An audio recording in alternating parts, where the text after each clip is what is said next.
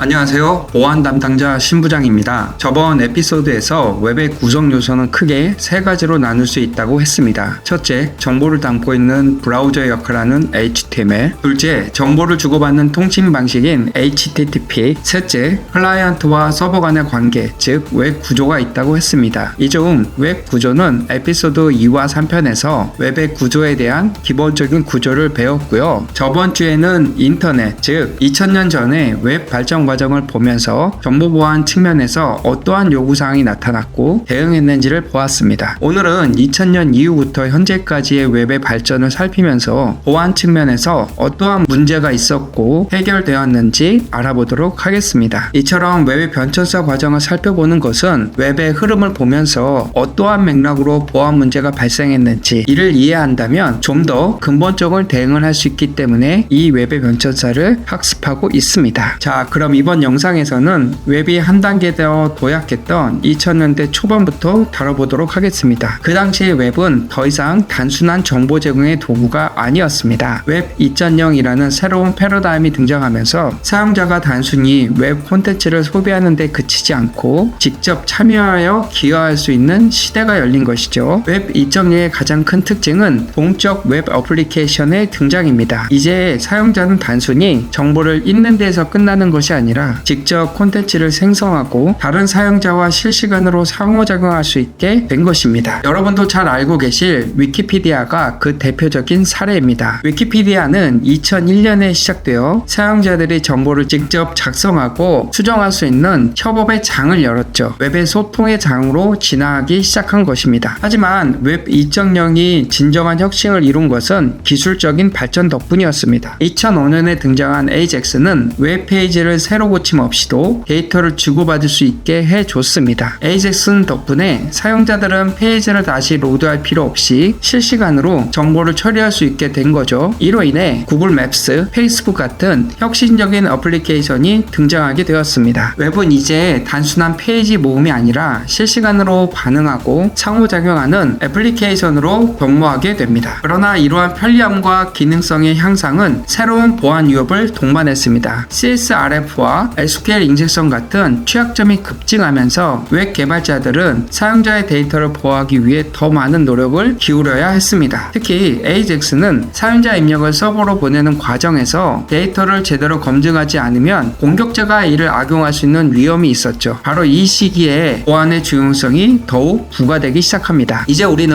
2006년부터 2012년까지 또 다른 혁신적인 변화의 시기로 넘어가 보겠습니다. 이 시기의 웹은 클라우드 컴퓨팅과 모바일 웹이라는 두 가지 혁신적인 흐름을 중심으로 발전하게 됩니다. 먼저 클라우드 컴퓨팅을 살펴볼까요? 2006년 아마존 웹 서비스가 출시되면서 클라우드 컴퓨팅은 그야말로 게임 체인저가 되었습니다. 기업들은 더 이상 서버를 직접 관리할 필요 없이 아마존과 같은 클라우드 서비스 제공자를 통해 서버 자원을 유용하게 사용할 수 있게 되었죠. 이로 인해 웹 어플리케이션 개발과 배포는 훨씬 더 쉬워졌고 특히 확정성과 비효 효율성 면에서 엄청난 혁신을 이뤘습니다. 하지만 클라우드 컴퓨팅은 기존의 웹 보안 문제와 또 다른 도전 과제를 제시했습니다. 서버를 물리적으로 내 손 안에 있지 않다면 내 데이터는 얼마나 안전할까요? 누가 내 데이터를 접근할 수 있을까요? 데이터의 소유권, 접근 제어, 그리고 암호화와 같은 새로운 보안 문제들이 클라우드 컴퓨팅을 도입하는 모든 기업의 최우선 과제가 되었습니다. 특히 클라우드 인프라에서 데이터를 처리하고 저장하는 방식은 정통적인 서버 환경과 다르기 때문에 새로운 보안 접근 방식이 필요했습니다. 그리고 2007년 전 세계 웹 사용 방식을 뒤바꾼 또 하나의 사건이 있습니다. 바로 아이폰의 출시죠. 모바일 웹은 이제 그 어느 때보다 중요해졌습니다. 사람들이 어디서나 언제나 인터넷에 접속할 수 있게 된 것입니다. 웹은 이제 단순한 데스크탑 환경을 넘어서 스마트폰과 같은 모바일 기기에서도 사용할 수 있게 되면서 모바일에 최적화된 디자인과 기능을 제공하는 것이 필수적으로 되었습니다. 하지만 모바일 웹도 새로운 보안 문제를 안고 있습니다. 스마트폰의 악성 웹의 주요 타깃이 되었고 모바일 웹의 보안 취약점은 점점 더 심각한 문제가 되었습니다. 특히 데이터 유출과 개인정보 보호 문제가 가장 큰 이슈로 떠올랐죠. 모바일 환경에서는 데스크톱과 같은 다른 보안 취약점들이 존재하기 때문에 모바일 기기를 안전하게 보호하는 새로운 보안 솔루션들이 필요했습니다. 또한 2008년에는 구글이 크롬 크롬 브라우저를 출시했습니다. 크롬은 웹 브라우저의 시장에 새로운 기준을 제시했죠. 기존 브라우저보다 빠르고 안전했으며 특히 샌드박싱 기술을 도입하여 브라우저 자체에서 악성 코드가 실행되지 않도록 보호했습니다. 이로 인해 웹 보안은 한층 더 강화되었고 CSP 같은 새로운 보안 기술이 도입되어 XS 같은 공격을 예방할 수 있게 되었습니다. 마지막으로 2013년부터 현재까지 보안이 웹의 중심화두가 된 시기로 넘어가 보겠습니다. 이 시기를 이야기할 때 가장 먼저 언급되어야 할 사건이 있습니다. 바로 에드워드 스노튼이 폭로한 국가안보국 감시 프로그램 사건이죠. NSA 사건이라고도 합니다. 이 사건은 전 세계적으로 엄청난 파장을 일으켰고 개인정보 보호와 보안에 대한 인식을 크게 바꿔놓았습니다. 이 사건 이후 웹사이트들은 사용자 데이터를 더욱 안전하게 보호하기 위해 HTTPS를 기본적으로 사용하기 시작했습니다. HTTPS는 통신 암호화하여 해커가 데이터를 가로채지 못하도록 해주죠. 또한 2015년에는 웹 성능을 한 차원 더 높여주는